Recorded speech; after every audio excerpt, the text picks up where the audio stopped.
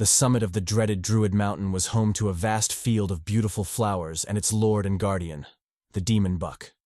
Majestic. The buck stood at the peak, gazing at the clear sky, surveying the territory it ruled over. Its head was always held high, disdainful of the ground beneath it, as the saying goes. When at the top, why look down? However, the lord's arrogance would be its downfall. Unbeknownst to it, a patient hunter lay in wait, ready for the kill. Amidst an anguished roar, Druid Mountain lost its eternal guardian. In the bustling village at the mountain's base, a crowd gathered around the slain demon buck. Cheers and praises were showered upon the worthy hunter who had brought the beast down. With its death, the mountain would be safe once more, and the victims of the demon could finally rest in peace. We are introduced to the skilled hunter who felled the guardian, our protagonist and Chad, Ichi. Receiving praise from the village head, Ichi downplayed the compliments. He had been lying in wait for 6 hours, enduring unimaginable discomfort, even getting pooped on. 2 girls, 1 cup type shit, if you know, you know. Ichi's humble brag was cut short by a nearby commotion. 3 girls sat in a carriage, bidding farewell to their loved ones. Ichi rushed over and asked if they were leaving. They confirmed it, surprised to see him off the mountain. The girls excitedly told him they were headed to the capital to take the academy test. Ichi, trying to recall the academy's name, dismissed it. It wasn't as though he'd ever go there anyway. Obvious foreshadowing. Switching gears, Ichi tossed some wild game he'd hunted to the girls, eliciting a shocked yelp. His meat was his farewell gift to the girls. With strained smiles, they accepted. The leader of the group, with a sad expression, asked if Ichi would always stay on the mountain. She remarked that the villagers loved him, and he could stay in the village, only going up the mountain to hunt. Ichi, with a determined smile, declined, stating that there were still things left unfinished on the mountain. Startled by his conviction, the girl dropped the issue and bid him farewell. As she watched Ichi go, her father reminded her that Ichi was different. His world and his way of life were not like theirs. We learned that when our boy was 6, he was abandoned on the mountain with only a dagger and a little food. When the food ran out and no one came for him, he realized he had been left for dead. Desperate, he wandered day by day, struggling to survive. On the brink of death, with no hope left, he understood that the dagger wasn't for survival. It was for ending his suffering. Hopeless and exhausted, Ichi brought the knife to his throat, ready to end it all. But his suicide attempt was interrupted by the growl of a savage wolf. The beast had marked him as easy prey, charging with bared fangs. To his own surprise, Ichi reacted on instinct, plunging the dagger into the wolf's neck, killing it. This moment became his bloody rebirth, sparking a newfound appreciation for life. As seasons passed, Ichi learned to fish, forage, and hunt. Sitting in his cabin, Ichi reflected on the villagers' kindness. He knew if he stayed with them, his life would be comfortable, but there were still chains tying him to the mountain, unfinished business. One day, beyond the flower field at the mountain peak, Ichi found a creature of unmatched strength and majesty, sleeping beneath a massive tree. He knew instantly that this was no ordinary beast. Its power was evident, and it would kill humans without hesitation. Though his hand gripped his trusty dagger, he ultimately turned and fled. Our boy didn't want the smoke. Ichi had a code: death for death. He would only kill creatures that showed killing intent toward him. Killing for the sake of it was murder, and he wouldn't cross that line. But if this creature harmed a human, he would relish the chance to hunt it. Back on the mountain, the majestic creature stirred from its slumber.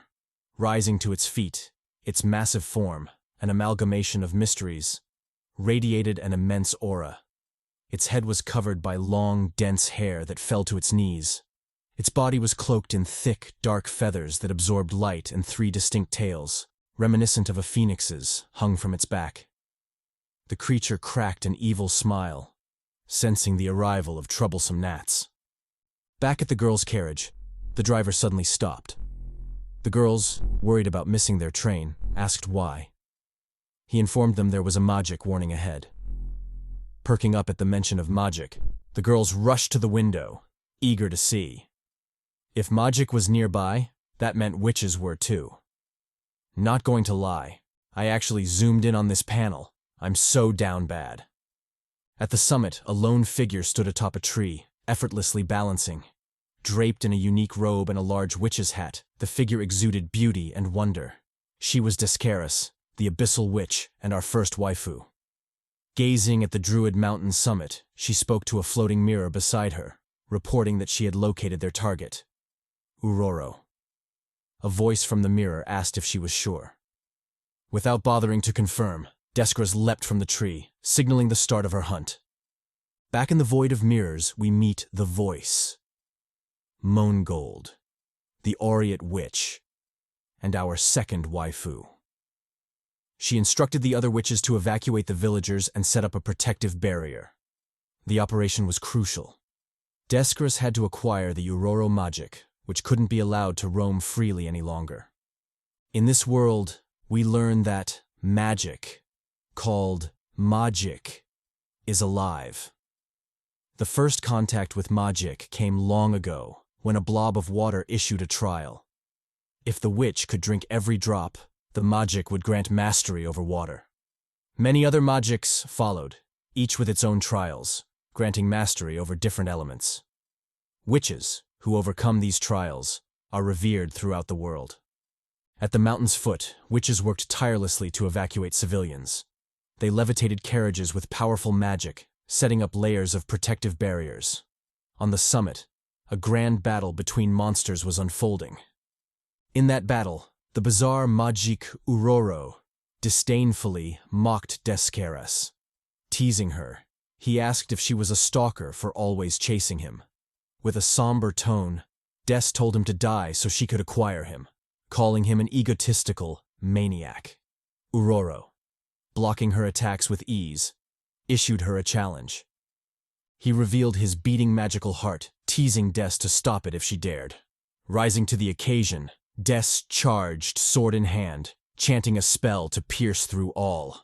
Her attack caused a massive explosion, rocking the mountainside. As the dust settled, Des stood over Uroro, her sword at his heart. Despite his defeat, Uroro maintained his mocking sneer. He revealed that no witch could ever pierce his heart.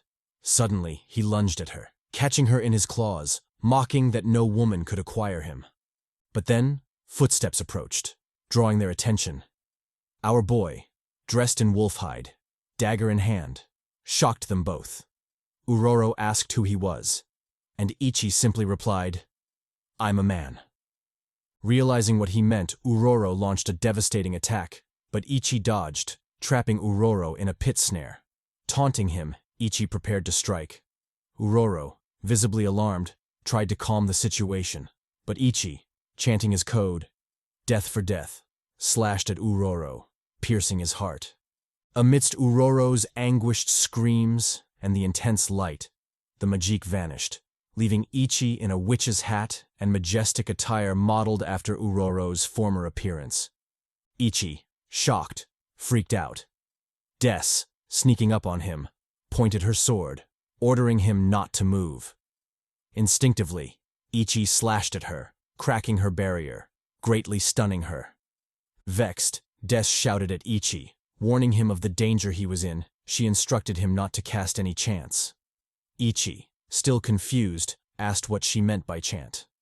Upon accidentally mentioning the word Lazud, Ichi's aura intensified, unleashing a devastating attack that sliced the mountain in half and shifted the terrain, greatly shocking everyone.